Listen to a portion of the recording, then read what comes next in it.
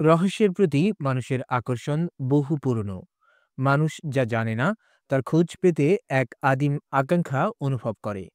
রহস্যের খোঁজ যারা রাখেন, রথচাইল্ড ফ্যামিলি তাদের কাছে এক অতি পরিচিত নাম। তবে তার আগে আরেকটা গল্প জেনে নেই।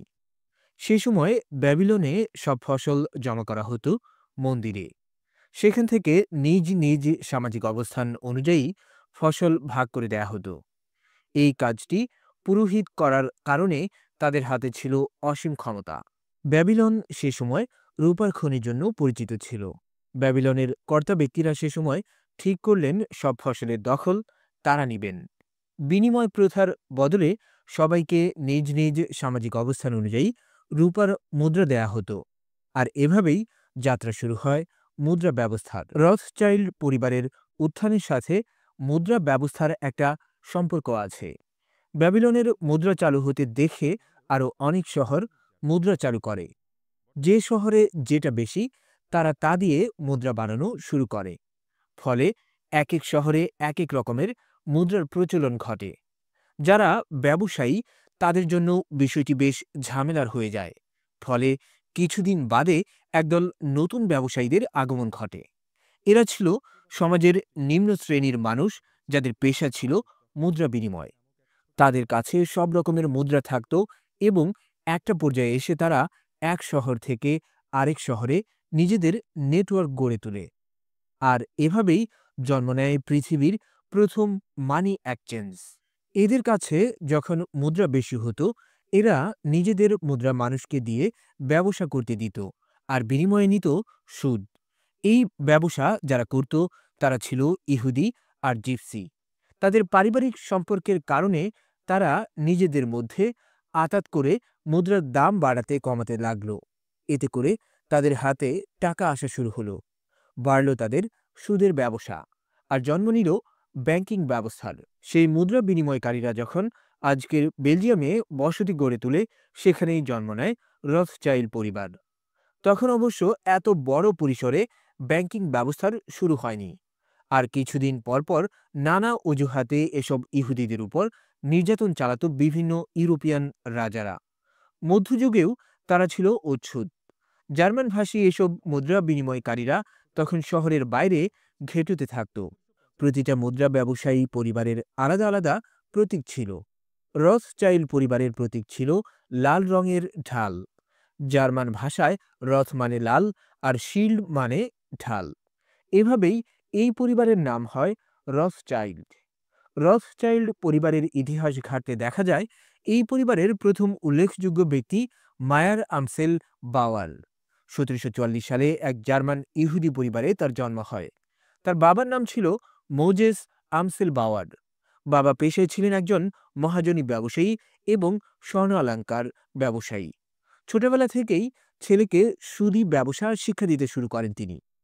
ছোটবেলা থেকেই তীক্ষ্ণ বুদ্ধিসম্পন্ন মায়ারের ব্যবসার হাতে খড়ি হয় বাবা মোজেসের জার্মানির ফ্রাঙ্কফুর্টে ইহুদি স্ট্রিটের দোকানে। 1755 সালে মারা যান মোজেস। এরপর হ্যানোভারের একটি ব্যাংকে কাজ শুরু করেন মায়ার। অসাধারণ কৌশল আর মেধা কাজে লাগিয়ে অল্প সময়ে হয়ে যান প্রতিষ্ঠানের জুনিয়র পার্টনার। পরে আবার ফ্রাঙ্কফুর্টে ফিরে বাবার ব্যবসা পুনরায় কিনে নিয়ে নিজের নাম বদলে রাখেন রথচাইল্ড, যা এখন মানুষ রথচাইল্ড ফ্যামিলি নামে চেনে। ব্যাস, সেই থেকে শুরু, আর পেছনে ফিরতে হয়নি মায়ার রথচাইল্ডকে। হ্যানোভারে কাজ করার সময় ইউরোপের প্রায় প্রতিটি রাজপরিবারের সঙ্গে ব্যবসায়িক সম্পর্ক গড়ে তোলেন তিনি। ওপেনহাইমারে কাজ করার সময় মায়ার রথচাইল্ডের ঘনিষ্ঠ সম্পর্ক গড়ে ওঠে জেনারেল ভন স্টোরফের সাথে। জেনারেল ভন ছিলেন জার্মানির প্রিন্স উইলিয়ামের ঘনিষ্ঠজন। উইলিয়ামের বিরল মেডেল ও কয়েন সংগ্রহের বাতিক আছে জেনে মায়ার বেশ কিছু বিরল মেডেল ও কয়েন দিয়ে উইলিয়ামের সাথে ঘনিষ্ঠ সম্পর্ক গড়ে তোলে। এভাবেই মায়ার কিছুদিনের মধ্যেই ইউরোপের প্রায় প্রতিটা প্রাসাদ ও রাজকীয় পরিবারের সাথে ব্যবসা শুরু করে। তবে তার সব থেকে ঘনিষ্ঠ প্রশ্রয়দাতা ছিলেন উইলিয়াম। উইলিয়ামের কারবার ছিল ইউরোপের বিভিন্ন রাজকীয় পরিবারকে যুদ্ধে সৈন্য সরবরাহ করা। উইলিয়াম ছিল বিশাল ধনসম্পদের মালিক। সেই 250 বছর আগে তার সম্পদ ছিল প্রায় 20 কোটি।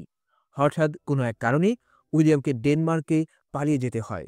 তখন তিনি রথচাইল্ডকে দিয়ে যান ৬০,০০০ পাউন্ড, যা তৎকালীন মূল্যমান প্রায় ৩০ লাখ মার্কিন ডলার। বুদ্ধিমান মায়ার রথচাইল্ড ওই ৬০,০০০ পাউন্ড দিয়ে তার ৪ ছেলেকে ইউরোপের বিভিন্ন গুরুত্বপূর্ণ শহরে পাঠিয়ে দেয় এবং তাদেরকে মার্চেন্ট ব্যাংক খুলতে বলে। এভাবে শুরু হয় রথচাইল্ড পরিবারের সমগ্র ইউরোপকে ব্যাংকের মাধ্যমে কিনে রাখা। ১৭৬০ সালে সারা বিশ্বে প্রথম আধুনিক ব্যাংকিং ব্যবস্থার প্রবর্তন করে এই মায়ার রথচাইল্ড ও তার ৫ ছেলে। আর এখানে সার্থকতা পায় রথচাইল্ড ফ্যামিলি। ইউরোপের সর্বত্র ব্যাংকিং বা সোজা ভাষায় ঋণ ব্যবসায় একচ্ছত্র আধিপত্য আনে রথচাইল্ডের ৪ ছেলে। ইউরোপের ওই সময়কার সবচেয়ে সমৃদ্ধ শহরগুলো ছিল নেপলস, বর্তমান Italy, Paris, France, Vienna, Austria ও লন্ডন, ইংল্যান্ড।